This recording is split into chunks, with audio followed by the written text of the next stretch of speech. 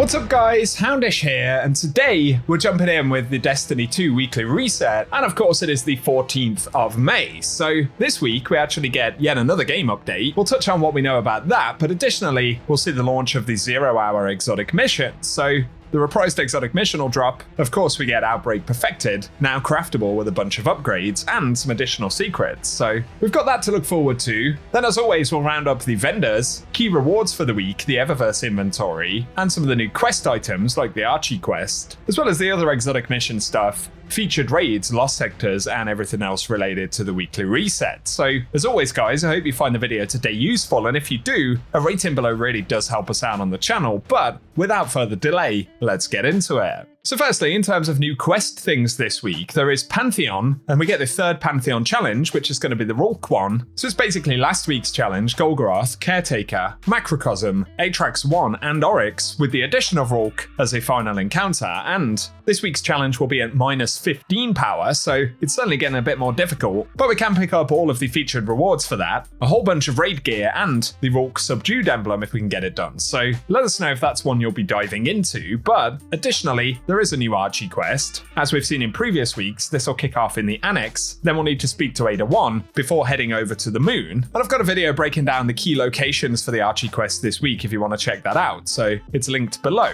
And the final quest element, of course, is that 0 hour is returning. So if you want to pick up the craftable Outbreak Perfected, we can now do so. And week over week, we'll see additional upgrades as well as secrets unlocked like vault puzzles, which get us access to the new exotic ship, or should I say the reprised updated exotic ship for the mission. So that's certainly another interesting component of this week's reset, and let us know if it's one you'll be diving into. First up today, I figured we'd probably be covering patch notes or vendors or something like that, but Bungie have gone ahead and given us some more juice for the final shape with a series of very short trailers, but therefore the new exotic armor pieces that we'll get in the expansion. So probably best for now is to simply play them, but definitely some cool looking armor pieces coming up. And here's the new gameplay that Bungie have provided.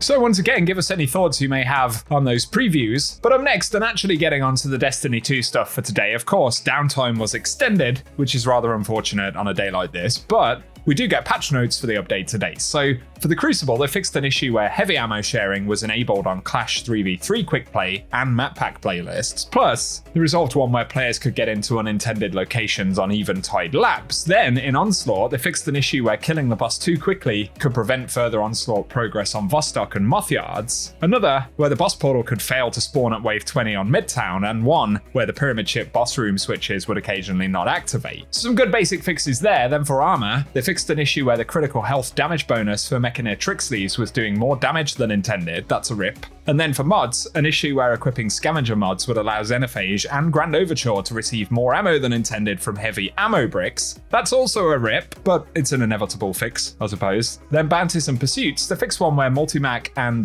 Tusk of the Boar didn't count as Iron Banner weapons towards challenges and triumphs, and an issue where some Brave weapons weren't progressing the Brave Weapon Master triumph. So those are the patch notes for today, and let's get on to the in-game stuff. And starting out, a lot of folks will be heading to Ada 1 in the Annex to pick up the Outbreak quest, so keep in mind the Archie quest can be picked up here in the Annex as well, and then we have to go ahead and speak to Ada 1, but additionally, Ada actually has the intro quest for the Outbreak Perfected and 0 Hour, which of course is kicking off today, so Ada will be getting plenty of visitors this week, I suppose. Also, for her shaders, she's got Satu Tribe available this week. All of these cost 10,000 Glimmer. Additionally, Flowers of Io is up as well, so if you want to add some super old shaders to collections, you can do so. And there is finally New Monarchy Diamonds as well, so let us know your thoughts on any of those. Let's also take a look at the Eververse store. Once again, as always, we get our free Bright Dust for the week, and then for the front page of featured items, we've got the Unchained exotic emote, which is 3,250 Bright Dust. Pretty cool one right there, that I've never picked up. Also, we've got the Beloved ornament, Unloved to be Cherished, which is returned, which is 700 Bright Dust this week. Much plainer than the normal skin though. And then we also have the Stasis Entrance Transman effect on the front page here as well. Another quick preview of that one, that's 450 Bright Dust. Then there is the Oiled Gunmetal shader, which is rather curious looking on this armor, at least, as well as the Tide Smoke, and both of these will be 300 Bright Dust as always. For the second page though, we've got the Take Out the Trash legendary emote, which is 700 Bright Dust right here, so we'll have a quick preview of that one. Very interesting indeed. Additionally, there is the Star-Crossed mark, so we've got class items for the ornament set this week for 1200 Bright Dust. Then there is the Multiband Shell Exotic Ghost, which is 2850 Bright Dust. On top of that though, we've got the Refashioned Shapes Exotic Ship, which is 2000 Bright Dust, kind of almost Pit of Heresy themed right there. Then there is the Wanderer's Wagon Exotic Sparrow as well, which is 2500 Bright Dust this week. And we've got the Vanguard Dare ornament for the Ace of Spades for 1250 Bright Dust, which I do personally quite like that one, so let us know if you plan to grab that. We also have the All Together Now Ghost Projection, which is 1500 Bright Dust right here in the store. Then, for the second page of shaders, we've got Deep Sea Jaunt up first, which is 300 Bright Dust as always. On top of that though, there is the Golden Age Wine available in the store once again this week, as well as the Royal Treatment, which is kind of alright. And then there is the Irradiant Charoite, if I'm saying that correctly, in the store as well. And finally, we've got the Guiding Light Transman effect right here. Once again, the Transman effects are 450 Bright Dust. There's also the Blind Clutch, which is pretty cool as well. And finally, we've got the Resurrected Shadow Transman effect right here in the store this week too. So let us know your thoughts on any of the store items, guys, and what you plan to pick up. Quick mention for Banshee's weapons right here though, we've got Whispering Slab with Firmly Planted Demolitionist, Timeline's Vertex has got Firmly Planted Disruption Break, and then the Vulpecula is Encore and Explosive Payload. There's also a Disparity with Moving Target and Frenzy, and finally the Palmera B, which has got Ensemble and Adrenaline Junkie, but keep in mind the weapons and rolls will change throughout the course of the week.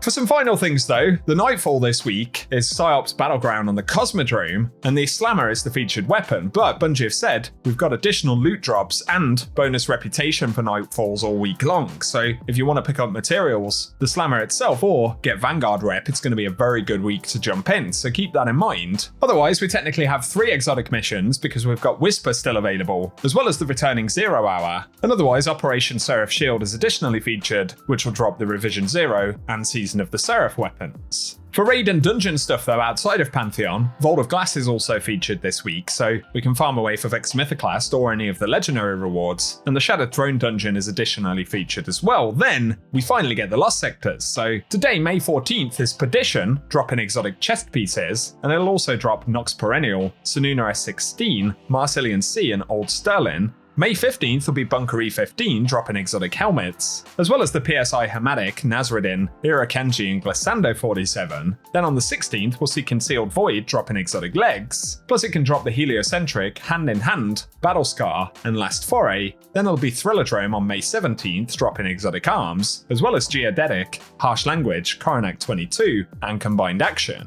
The final 3 days repeat the legendary loot pool, but for May 18th it's Gilded Precept dropping exotic chest pieces, Scavenger's Den will drop on May 19th dropping exotic helmets, and finally it'll be Skydock in the EDZ on May 20th, which will be dropping exotic legs. So those are the featured Lost Sectors for the week, guys, and I think that just about wraps up everything we need to know for today. So as always, I hope the video has been useful, and if it has, a rating below really does help us out on the channel. Also be sure to get subscribed and I can keep you posted with more Destiny content, but otherwise, I appreciate you tuning in, and I hope you guys have an awesome day.